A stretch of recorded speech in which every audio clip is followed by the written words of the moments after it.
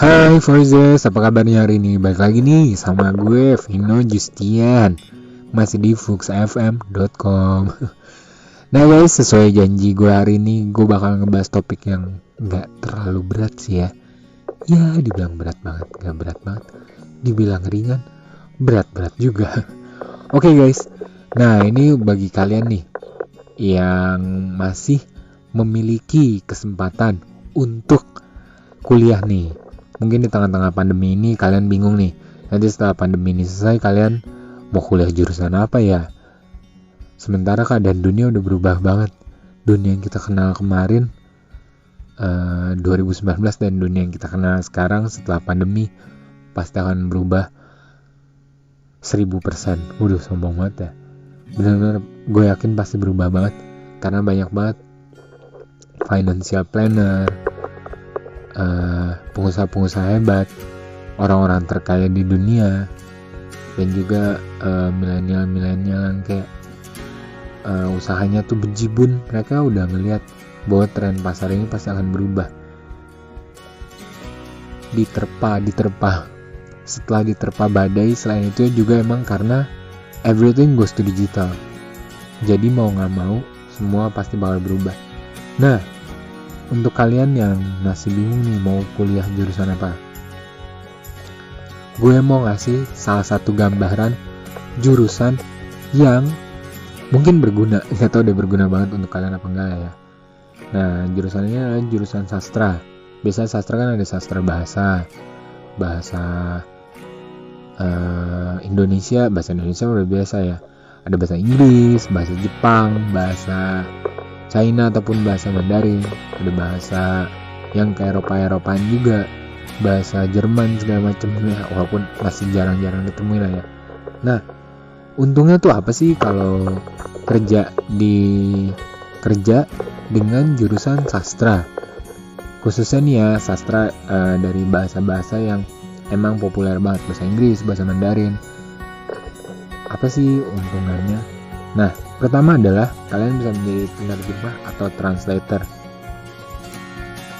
dimana pekerjaan utamanya nih kalian bisa jadi translator untuk komik, surat kabar, majalah, film.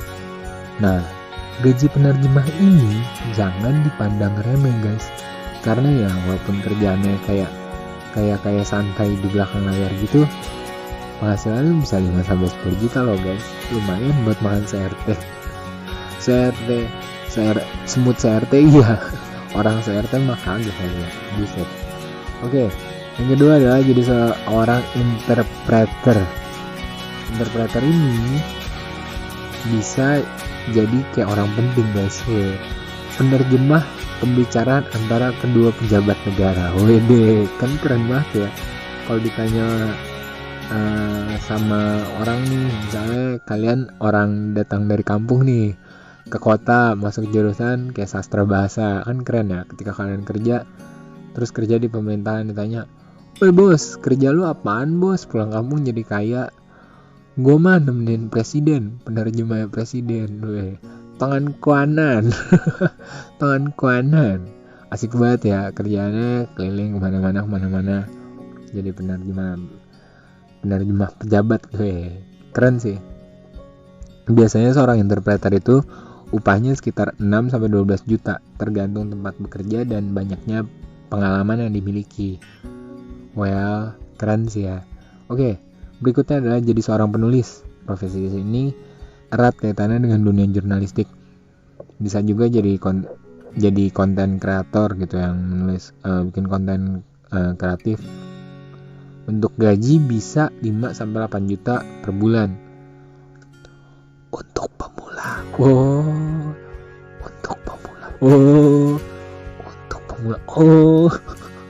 Untuk pemula doang guys. Segitu loh kira-kira. Gimana kalau kamu udah expert, bisa kayak jadi kayak Mbak J.K. Rowling, Bunda J.K. Rowling. Oke. Ya gambarannya begitu ya. Apa coba? Terus yang paling enak nih, yang diinginkan oleh orang-orang yang adrenalinnya tuh deras kayak air terjun, adalah menjadi pemandu wisata. Jadi bisa jadi kayak tour guide, terus kisaran gaji 5 sampai 7 juta tergantung per bulan, dan itu bisa jauh lebih dari itu ya kalau kalian udah expert banget. Dan jalan-jalannya itu bisa makin hype banget, kalian bisa semakin jauh bepergian kemana-mana, mengelilingi dunia. Mungkin aja nanti bisa keluar ke antariksa, mungkin akan ada konferensi antara alien dan meja bundar. Kalian bisa menjadi penerjemah gitu kan, asik banget kan ketemu alien, ngobrol sama alien. Nanti kalian jadi tour guide ke planet Mars, ke Jupiter. Hayalannya terlalu jauh guys. Oke, jadi seorang pramugari. Nah ini juga idaman banget nih, karena emang jalan-jalan kehidupannya ada di udara. Waduh, air, api, tanah, udara. Dahulu kala sebelum negara api menyerang. Vino, the last apa ya? Whatever lah. The last bacot dandar. Oke, jadi seorang pramugari bisa dibayar sekitar 4-7 juta loh guys per bulannya. Belum termasuk tunjangan insentif yang bakal didapatkan.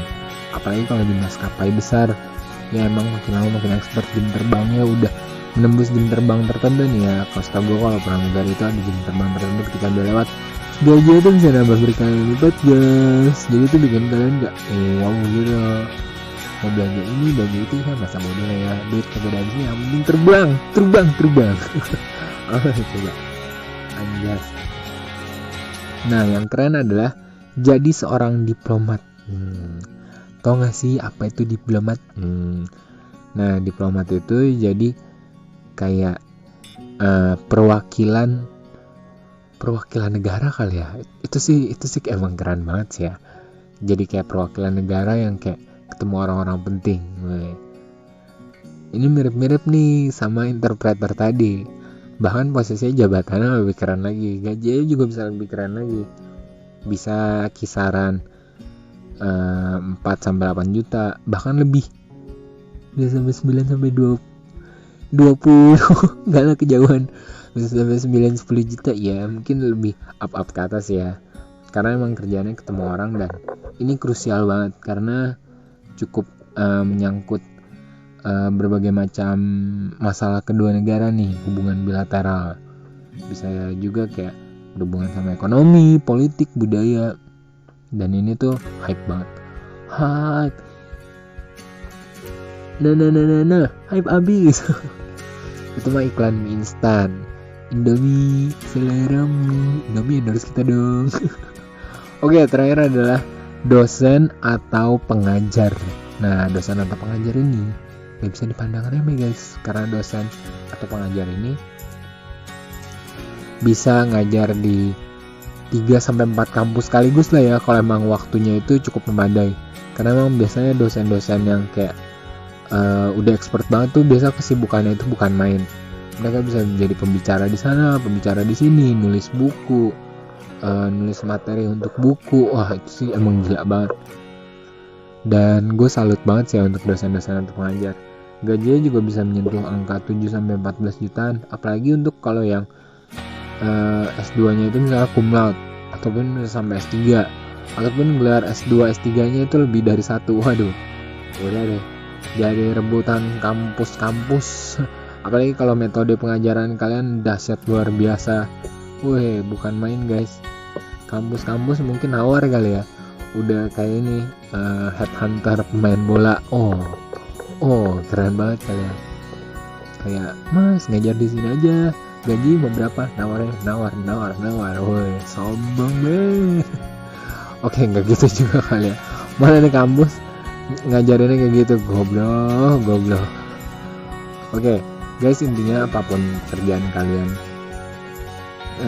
pilihan jurusan pilihan kalian nanti, kalian emang harus cermat banget sih ya berpikir, karena apapun yang terjadi setelah pandemi ini kan emang keadaan dunia bakal berubah banget.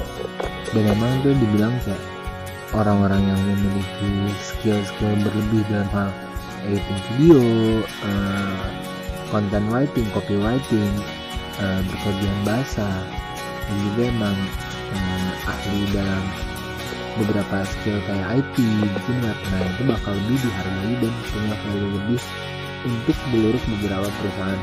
Karena misalnya mereka kayak mau digital branding, mereka kayak mau campaign yang lebih murah, mereka mau kayak promosi-promosi yang kayak bayarannya itu yang emang range lebih terjangkau lah sama mereka gitu. Karena dari yang gue tahu kayak agensi-agensi kreatif di luar sana yang emang brandnya udah gede-gede, pegangan brand mereka gede-gede, biasanya emang kayak mereka netapin harga yang cukup mahal lah ya.